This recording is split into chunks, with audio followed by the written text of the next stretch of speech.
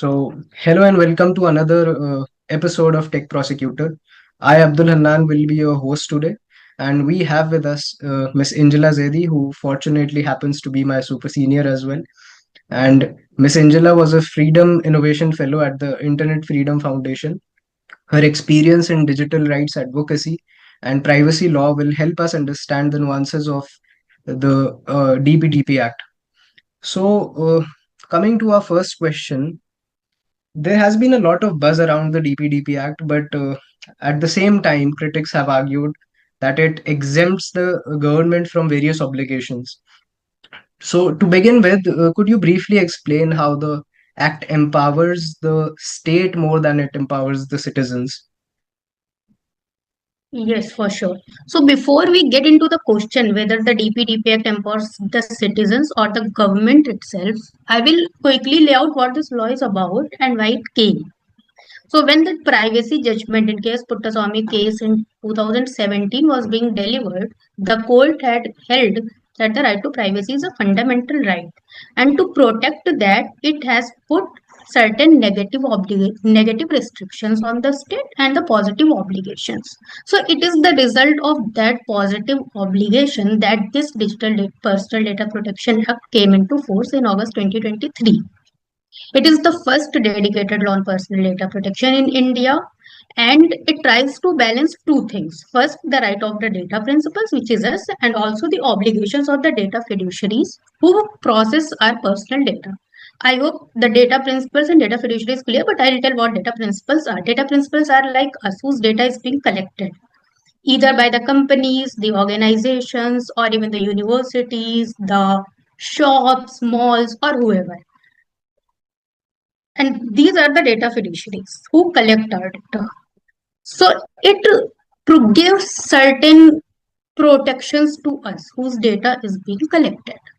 For example, if my data is being collected by an organization or, for example, my employer, then I should have the right to consent before my data is being taken by my employer. I should be able to correct or delete my data which is processed by my employer. And if by any chance there is a breach in the database of my employer, then there are penalties on that which are imposed by this act. And it also creates the Data Protection Board of India through which these obligations can be enforced. So now on paper, this sounds like a step forward. Now we have a Data Protection Act. Our fundamental right to privacy is being protected. The law is being enforced by the government. But the act, which is there to protect our fundamental right to privacy, is giving sweeping powers and exemptions to the state. And that is where the concern arises. For example, for generally all the data fiduciaries, the act is fairly strict. Section 8 says that the data must be erased once the purpose for which the data has been collected is fulfilled. Section 5 and 6 of the Act says that any data fiduciary who is collecting your data, they require to give a clear notice and they also require to take a valid consent. But and even if you are a significant data fiduciary, then Section 10 even mandates audits, impact assessments, and the appointment of a data protection officer. That's what it's a different story. Under Section 7, the government can process your data without consent for legitimate uses, like for the purpose of delivering subsidies, licenses, or benefits using the existing databases, the data which was already with them. Now, what happens here is, for example, if I have given certain information of mine back in 2018 or 17, and that is saved with the government. Now the government can use that information for delivering any other service, for providing me subsidies or any other service. Now what happens if there was some error in that data and now I want to get it corrected, the government will not come to me and say, okay, you can correct your data if there was something wrong. And now there is not an opportunity to correct my data, so I may get excluded because my data is not correct with them, it is not matching, and due to mismatch, I may not be able to get the subsidy or the service which government intends to give me. So that is one problem with this exemption. And another, the main basic problem which is happening with all the state agencies right now and even the constitutional authorities is The independence. There is no independence of the Data Protection Board. It should act as an independent regulator. It should be fully because it is fully appointed by the central government under Section 18. The members serve for just 2 years and they can be reappointed, which makes them dependent fully on the executive. So it raises doubts about whether the board will ever push back against the government's own use of data. For example, we are saying the Election Commission and in many other agencies, I don't want to name them, there are many authorities which should work independently, but they are not working independently. They are even supporting the government. So same will happen with the Data Protection Board. It will act as a mouthpiece of the government. It will support the government. The government can use your data as you want. But for all the other data fiduciaries, there are many obligations, there are many compliances under the act. So that is the one problem, that is the one way through which this Data Protection Act is empowering more the government rather than the citizens itself. Yeah, this brings us to the next question that would you like to list down some specific exemptions that may pose a significant risk to the data principles in question? So there are many exemptions under the act if you see. The main exemptions are given under section 17 and under section 7. For example, just back right now I mentioned that there is exemption under section 7 that the government does not need to take the consent again if they already have your data. If they have your data in database, they don't need your consent for using it.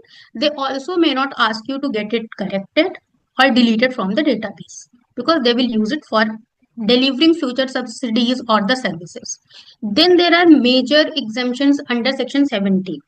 For example, the most concerning is section 17 clause 2 subclause E, which says that the government can issue a notification which can exempt any instrumentality of the state from the applicability of the provision of this whole act in the interest of the sovereignty and integrity of India, security of the state, friendly relations with foreign states, maintenance of public order, or preventing incitement to any cognizable offense. So the problem here is the Data Protection Act, which came to protect our data by imposing certain obligations on the data fiduciaries, and the government is also a data fiduciary. It is the biggest data fiduciary.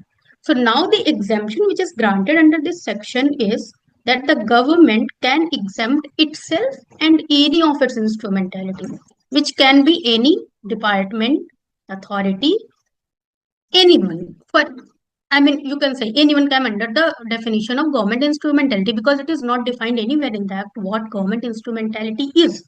So the government is exempting all the government instrumentalities from the applicability of this whole act itself.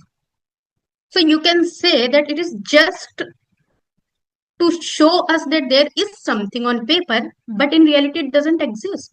There are no provisions which are going to protect it because the government has exempted itself and its instrumentalities for the whole.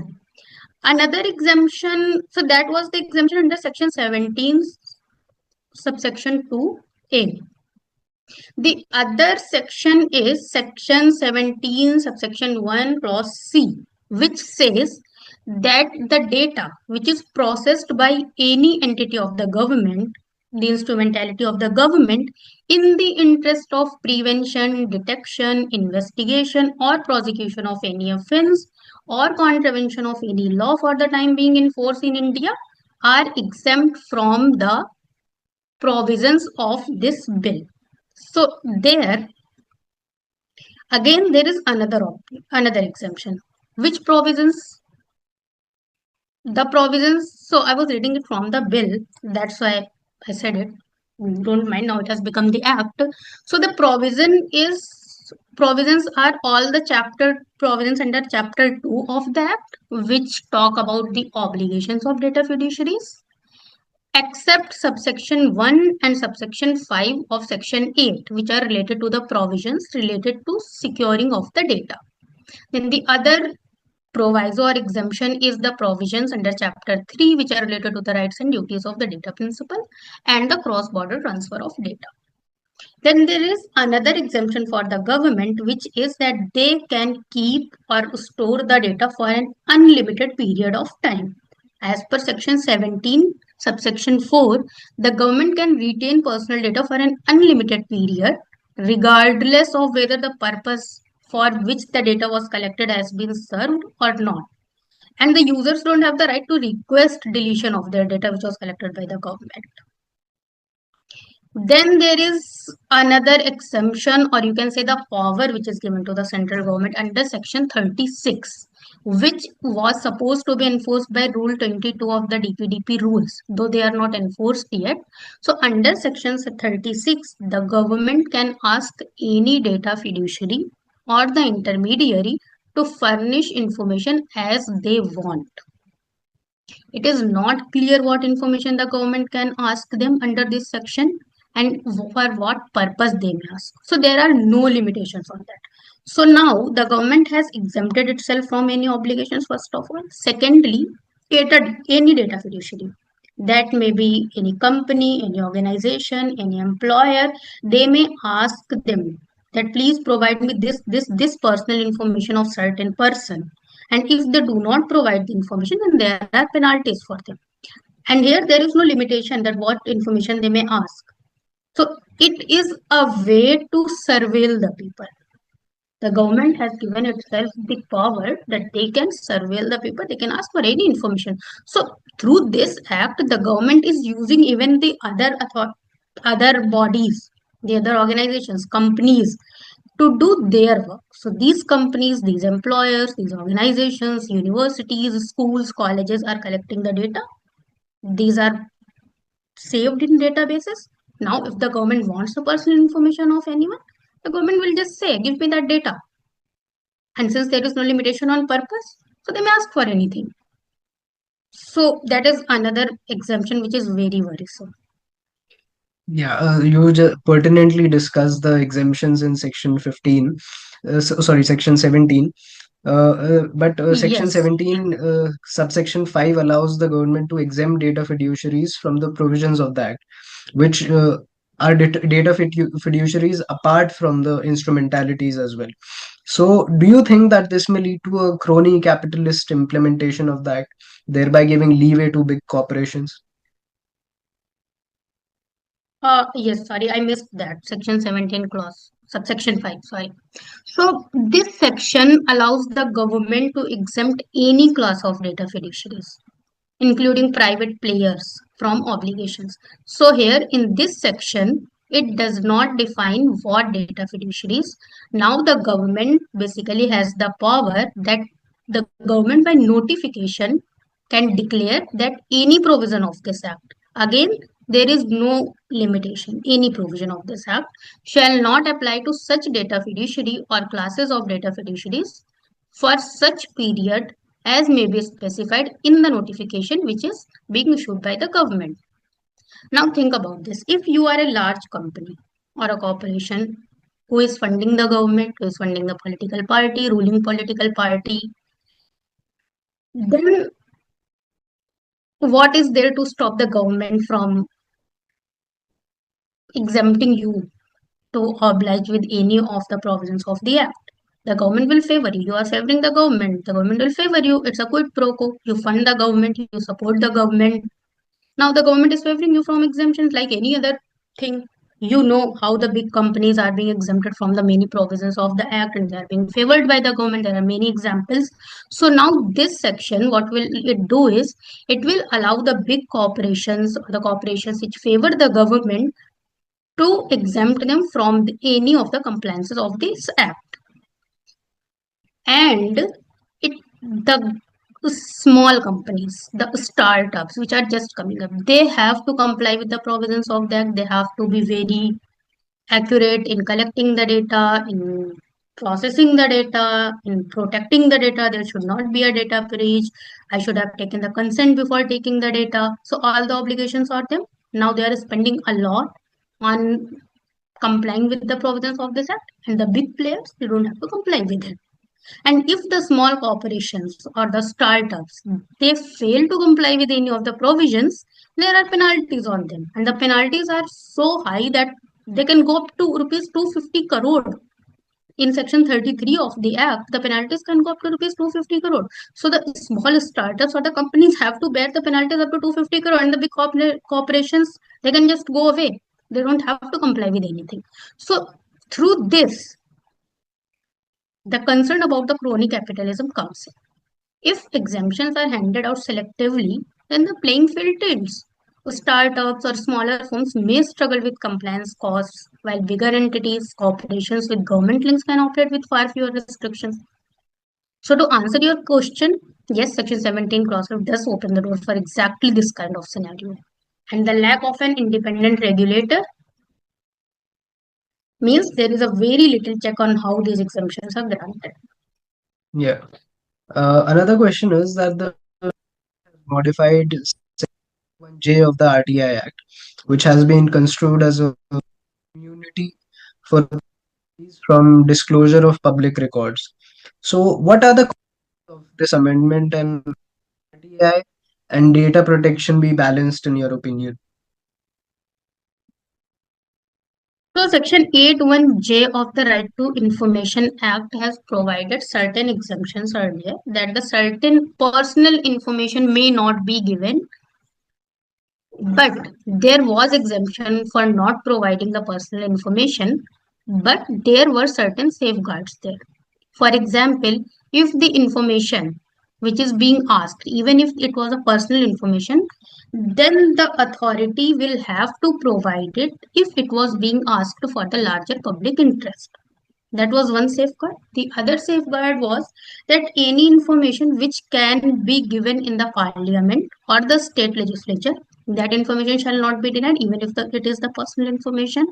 Then there were other safeguards under Section 8, subsection 2, that any information which was even exempted under the Official Secrets Act, but it provides the larger public interest, then it will also be given. And then there was another safeguard under Section 8, subsection 3, which said that any information which is 20 years old, even if that is a personal information, and if it is being asked in the larger public interest, then that information will also not be denied. So now, what Section 44, subsection 3 of the DPDP Act does is, it amends Section 81J of the RTI Act. It removes all these safeguards. It simply says that any personal information will not be provided. Any personal information which is being asked will not be given. Now, the personal information can be anything. For example, if you want to know whether who has constructed the road in your locality, because the road has been damaged and you want to know who has constructed, what was the cost which incurred, whether the money was utilized properly or not, you had filed an RTI, you wanted information on that. Now the authorities, what will they do? They will say that no, the contractor who has built the road, I cannot reveal the name of that contractor, that is a personal information, because there are no exemption or the safeguard for the larger public interest. Everything is just gone. So now, through the DPDP Act, what they did is they had just weakened the whole RTI Act. It has become infructuous. If it comes into force, the DPDP Act, and what it is right now, if it comes into force, then the purpose of the RTI Act will become infructuous. It will not be useful at all. That is what they did through amendment under Section 44, Clause 3. Yes, sir. So, having discussed all these things, do you think that internationally operable data protection laws provide stringent mechanisms to prevent misuse by state actors? And what are some suggestions that we could have adopted from other global regulations like GDPR and all?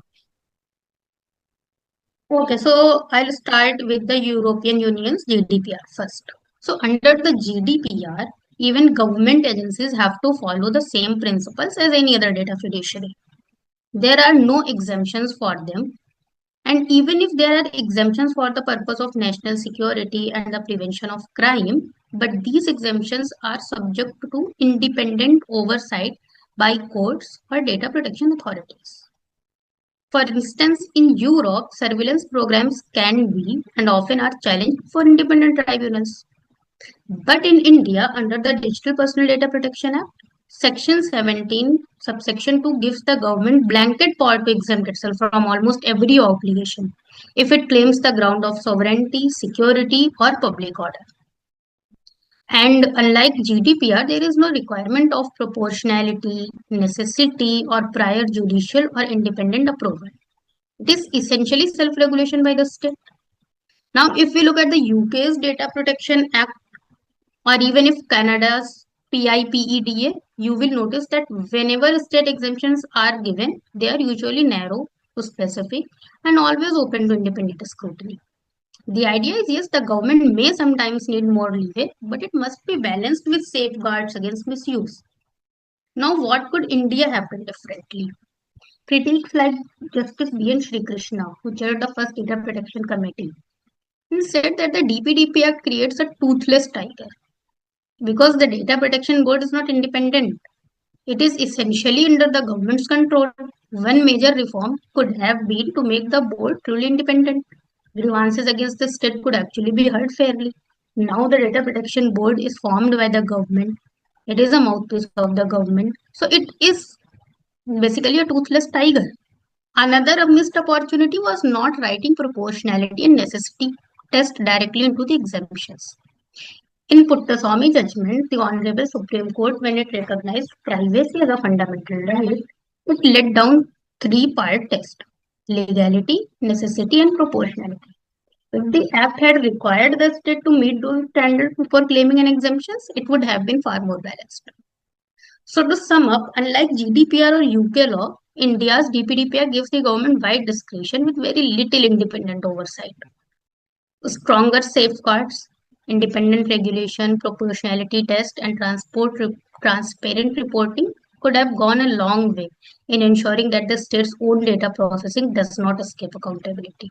But what happened is that the law has been framed, but it was framed only to empower the government, not to protect the right to privacy of the citizens.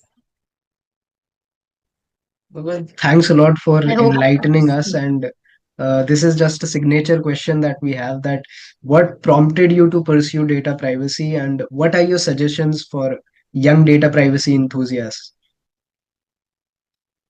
Okay, so for the young data privacy, I just wanted to work in the human rights field, and I thought that since the technology law is evolving and the technology has become an irreplaceable from our lives, everything depends on technology. So there should be laws and regulations to regulate that. That's why what I became interested in knowing the data privacy and the technology laws in general. So for the people who want to get into this field, I would say that they can start with first analyzing the laws. Also, they can start thinking what law should be. For example, during the when the policies are made or the law comes before the parliament, then there are people's opinions are being taken. So then they can also put their opinion since the law is evolving. So yes, that is one way. So thanks a lot for giving us time and coming on our podcast, explaining everything so well. So we hope to have you again in any of our episodes. So thank you. Thank you so much.